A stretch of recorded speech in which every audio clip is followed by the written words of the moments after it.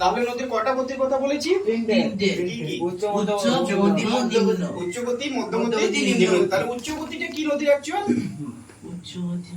পার্বত্য প্রবাহ। তাহলে সেখানে ক্ষয় ও বহনটা বেশি হবে, আর মধ্যগতি এবং নিম্ন গতিতে হচ্ছে কি কি সঞ্চয়টা বেশি হবে। আর জলপ্রপাত, জলপ্রপাত হচ্ছে একটা উচ্চ গতির ভূমিরূপ, ঠিক আছে? জলপ্রপাত হচ্ছে একটা উচ্চ গতির ভূমিরূপ। তাহলে আজকে আমরা জানবো হচ্ছে কি মধ্য হচ্ছে নিম্ন গতির ভূমিরূপ, ঠিক আছে? মধ্যগতি আর হচ্ছে কি নিম্ন গতি। তাহলে দেখ, এর আগের দিনে আমরা দেখেছি যে কোনো একটা পার্বত্য অঞ্চল থেকে একটা নদী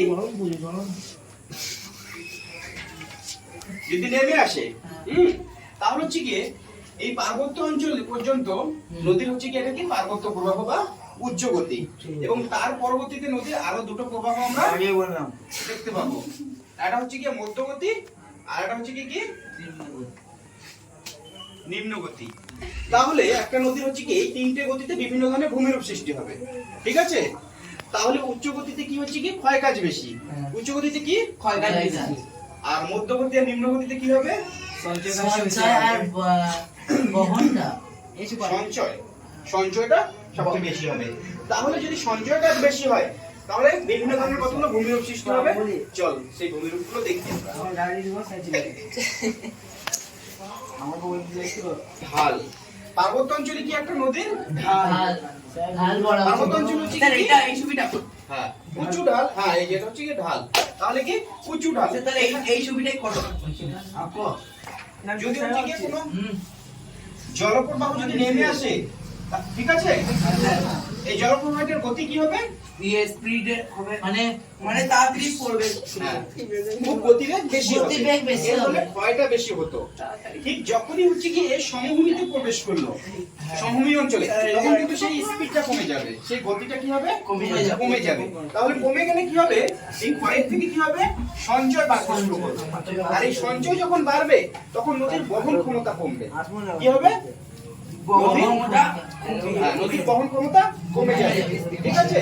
এইবার দেখ, এই ধর একটা নদী বক্ষ, এটা কি একটা নদী বক্ষ, এইটার মধ্যে দিয়ে জল যাচ্ছে, ঠিক আছে? তো তখন তোরা যদি লক্ষ্য করিস মাঝে মাঝে দেখবি চড়া সৃষ্টি হয় নদীর মাঝে। চর দেখেছি নদীর মাঝে গোল করে ঘিরে এদিক থেকে দুই দিক দিয়ে জল যাচ্ছে, মাঝে একটা চরের সৃষ্টি হয়ে গেল। কেন? কারণ এই পরিমাণ যে লোডটা আছে নদীর, সেটা আর বহন ক্ষমতা নদীর নেই, তাই এখানে এটা আটকে গেল।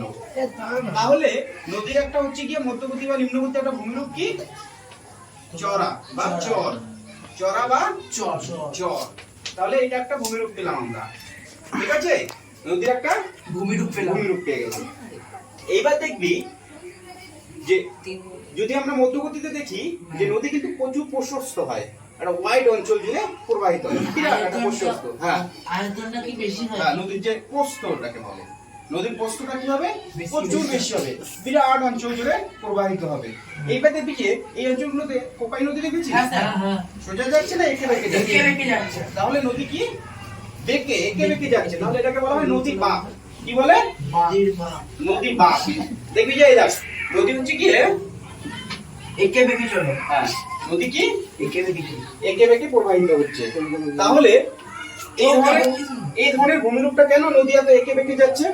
কারণ ধর এই দিক দিয়ে নদীটা প্রবাহিত হচ্ছে, হতে কি এখানে হালকা বাধা প্রাপ্ত হলো, এখানে কি হলো হালকা বাধা প্রাপ্ত হলো, এখানে কি হচ্ছে বাধা পাচ্ছে।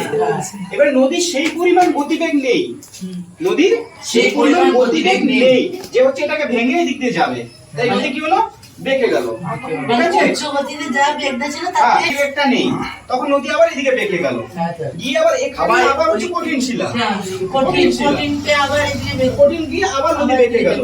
তাই হচ্ছে সেইখানকার যে শিলা বা হচ্ছে মাটি, সে অ্যাকচুয়াল নদীর হচ্ছে গতিপথটা ঠিক করে দিচ্ছে, কিন্তু নদীর সেই পরিমাণ গতিবেগ নেই যে নদী তার মতো করে পথ বানিয়ে নেবে আর কি, বোঝা গেল? তাহলে হচ্ছে কি এটা হচ্ছে নদী বাঁক। এটা কি নদী বাঁক। এটাকে আবার বলা হয় মিয়েন্ডার। কি বলা হয়? মিয়েন্ডার। ইংরেজিতে নয়, এর নামটা এসেছে হচ্ছে তুরস্কেই মিয়েন্ডার বলে একটা নদী আছে, তুরস্কতে একটা মিয়েন্ডার বলে নদী আছে। ওই নদীটা এত এঁকে বেঁকে প্রবাহিত হয়েছে, তার জন্য এরকম এঁকে বেঁকে জিগজ্যাগ মানে একে বেঁকে চলে হ্যাঁ যায়। একে বেঁকে জিগজ্যাগ বলে না ওটাকে। হুম। তাহলে এই যে একে বেঁকে প্রবাহিত হয়েছে এটা হচ্ছে নদীবাগ বা মিয়েন্ডার। মিলেন্ডার। মিয়েন্ডার, ঠিক আছে? নদীবাগ বা মিয়েন্ডার। তাহলে প্রথম একটা ভূমিরূপ কি জানলাম আমরা? এই কি জানলাম? প্রথম ভূমিরূপটা কি বললাম আমি? কি বললাম? তোমরা শুনি নাই স্যার। এই কি বললাম রে প্রথমটা? হ্যাঁ? চওড়া বলতে চাই। ওটা ইংরেজিতে বলে রিভার, ঠিক আছে? চর বা চড়া। তারপরে দ্বিতীয় কি ভূমিরূপ জানলাম আমরা? নদীর নদীর বাঁক বা মিয়েন্ডার। মিয়েন্ডার, ঠিক আছে? এটা দ্বিতীয় ভূমিরূপ।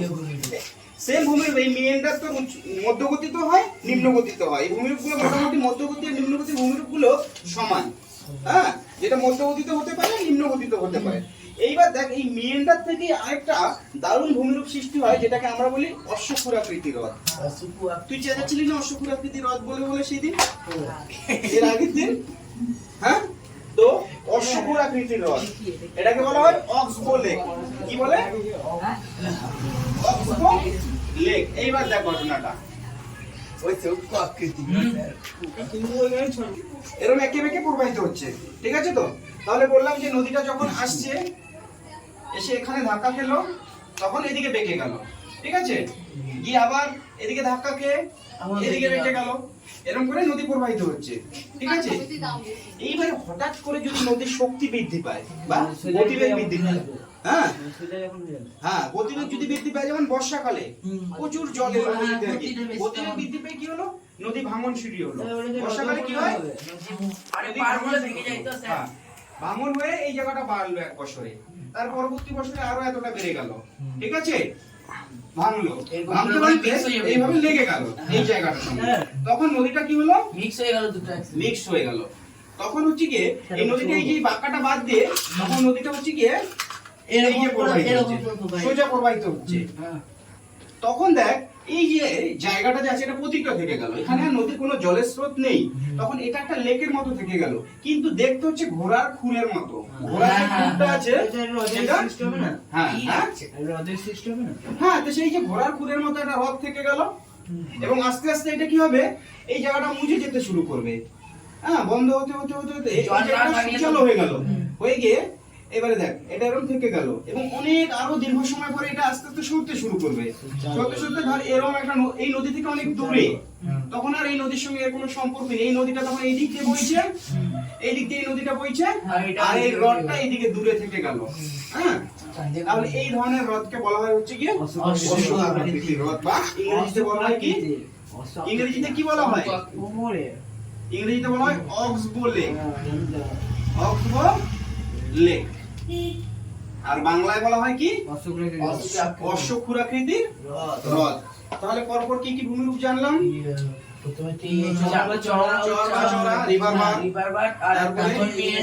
মিয়েন্ডার বা নদীবাগ, অশ্বক্ষুরাকৃতি হ্রদ, এটা আমার মনে রাখলাম। এইবারে দেখ আরো একটা সুন্দর ভূমিরূপ সৃষ্টি হয়।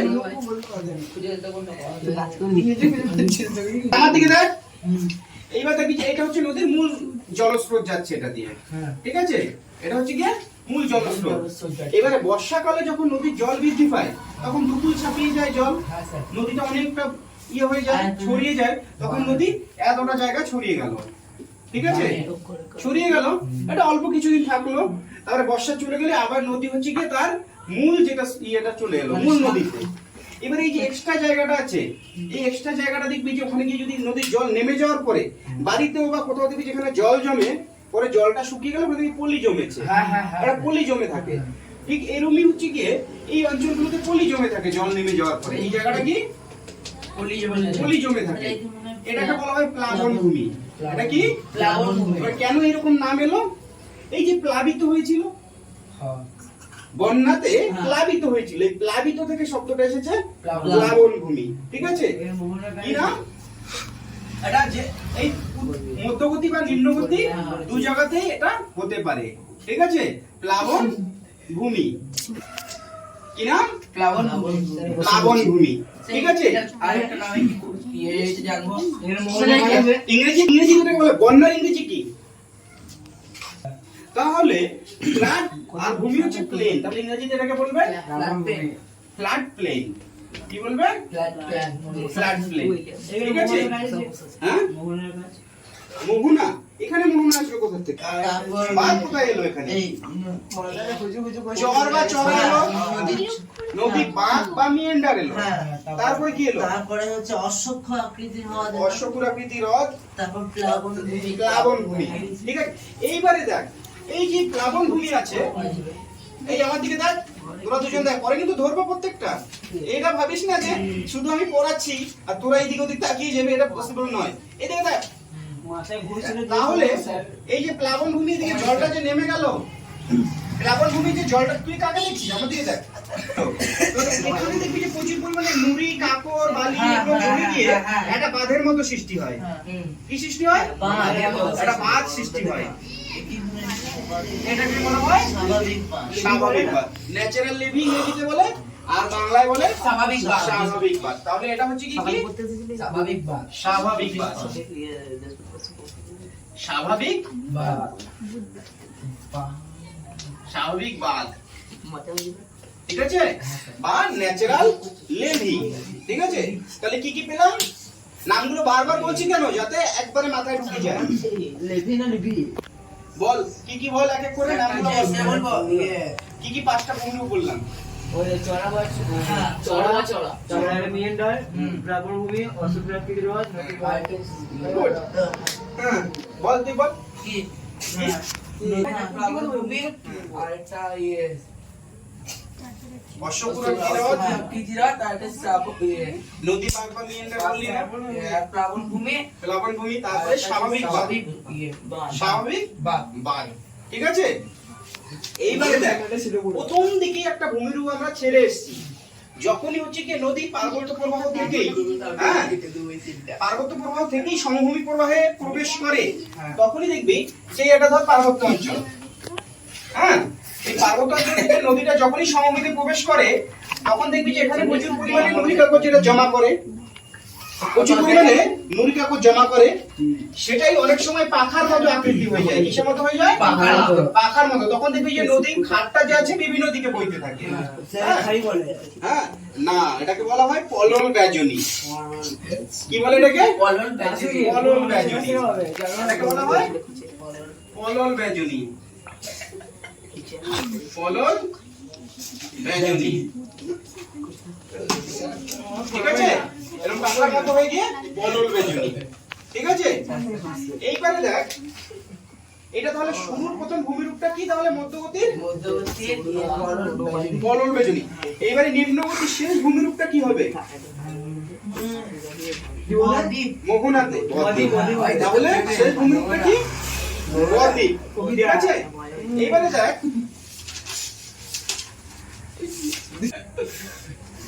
সমুদ্রে মিলবে, এখান থেকে আমাদের একটা নদীর মোহনা।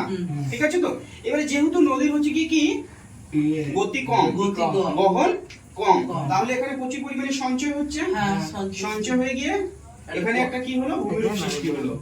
এটা কি সৃষ্টি হলো? ভূমিরূপ সৃষ্টি হলো। দেখতে কি কিসের মতো? কিউবের মতো, কিউবের বয়ের মতো। বাংলার মাত্রাহীন বয়ের মতো। বাংলার কি? মাত্রাহীন বয়ের মতো। আর হচ্ছে কি গ্রিক বর্ণ ডেল্টার মতো। এটা ডেল্টা। হ্যাঁ, হ্যাঁ, গ্রিক বর্ণ ডেল্টা আর আমাদের বাংলার মাত্রাহীন বয়ের মতো, তাই এটাকে বলা হয় হচ্ছে কি বদ্বীপ। বদ্বীপ। আর ইংরেজিতে ইংরেজিতে কি? ডেল্টা। ইংরেজিতে কি বলা হয়? ডেল্টা। দারুণ কিছু জিনিস আমাদের এখানে পৃথিবীর ভিত্তিতে প্রচুর রকমের বদ্বীপ আছে। এবারে দেখ, এই যে নদী বইছে, এবার আমরা এই বদ্বীপটা ভুলে গেলাম। ঠিক আছে, এবারে এই নদী যদি গতিবেগ প্রচুর হয়, অনেকটা দূরে সরিয়ে নিয়ে যাবে, অনেকটা দূরে দূরে সরিয়ে নিয়ে যাবে, এবং মাঝখান দিয়ে নদী খাটটা থেকে যাবে। হ্যাঁ, এই যে এই ধরনের যখন বদ্বীপ সৃষ্টি হবে, যেটা অনেকটা দূরে সরিয়ে নিয়ে যাবে, এটা হচ্ছে পাখির পায়ের মতো একটা বদ্বীপ সৃষ্টি হবে। কি হবে?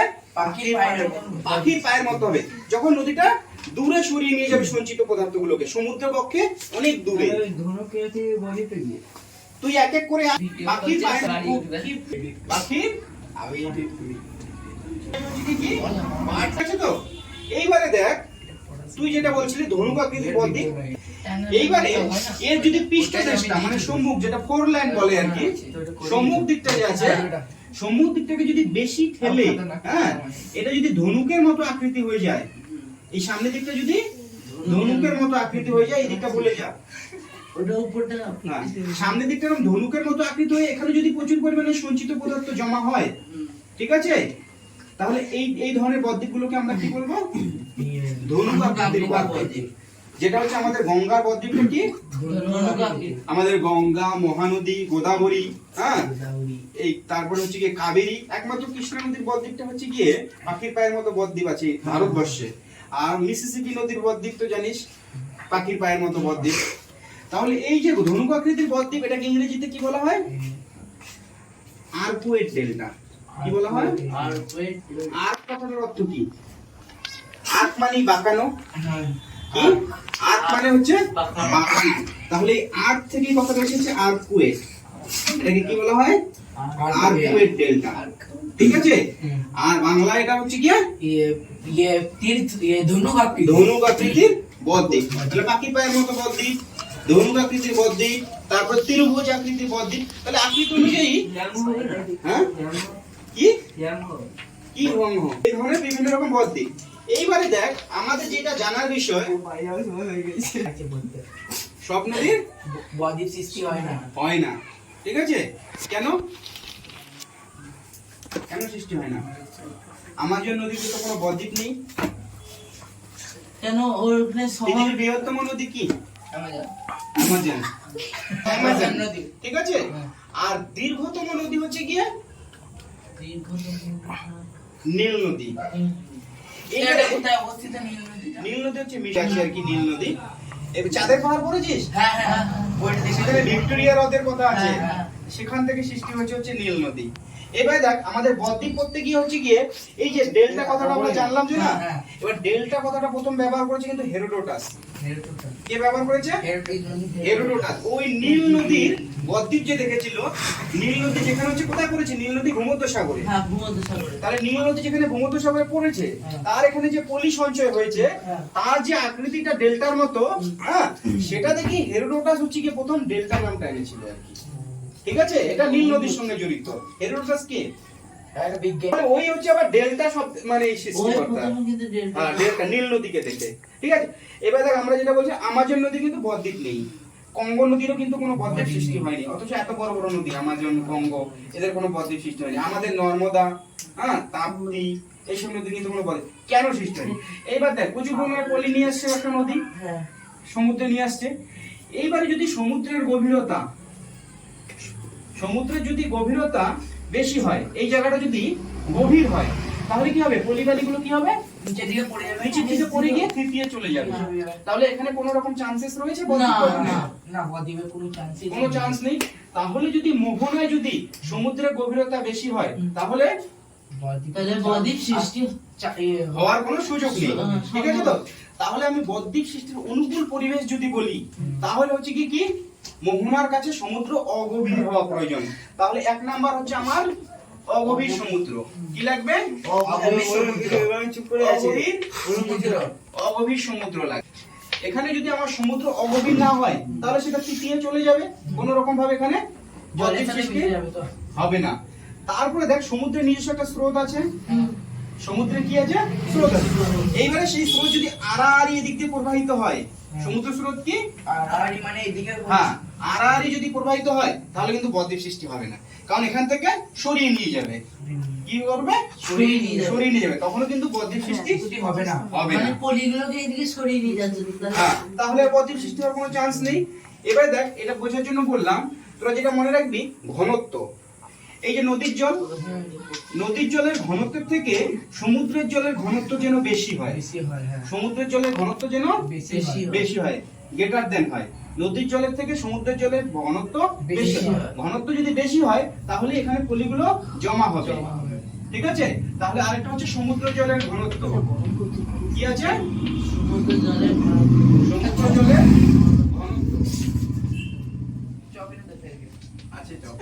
সমুদ্র জলের ঘনত্ব। সমুদ্র জলের ঘনত্ব, ঠিক আছে? তারপরে দেখ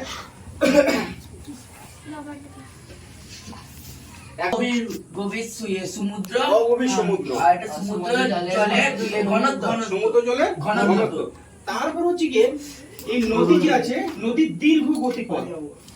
একটা যদি ছোট নদী হয়, হ্যাঁ বেশি জায়গা বয়ে আসেনি আর কি, ছোট্ট যদি নদী হয় তাহলে তার পলির পরিমাণ কম হবে, তার বাহিত পলির পরিমাণ কম হবে। এতে করে কি হবে, এখানে তার স্রোতটা কম হবে। স্রোতটা যদি বেশি হয় সেই নদীর, সেখানে তো চান্সই নেই তোর হচ্ছে বদ্বীপ হওয়ার, সে তো সরিয়ে নিয়ে যাবেই।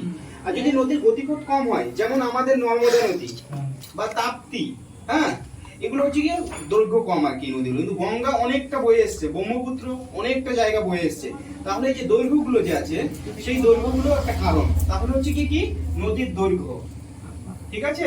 কি আছে? তাহলে দীর্ঘ নদীপথ বলতে পারি আমরা একটা, কি লাগবে? দীর্ঘ নদীপথ, দীর্ঘ নদীপথ। দেখে দেখে লিখছে, আবার বকছে, খেলা করছে। করতে দাও আমাকে। মধ্যবর্তী এবং নিম্নবর্তীর ভূমিরূপ এবং বদ্বীপ সম্বন্ধে একটু ডিটেলসে জানলাম, ঠিক আছে? এটা সব নোটস তোরা পেয়ে যাবি আর কি। চল। চাই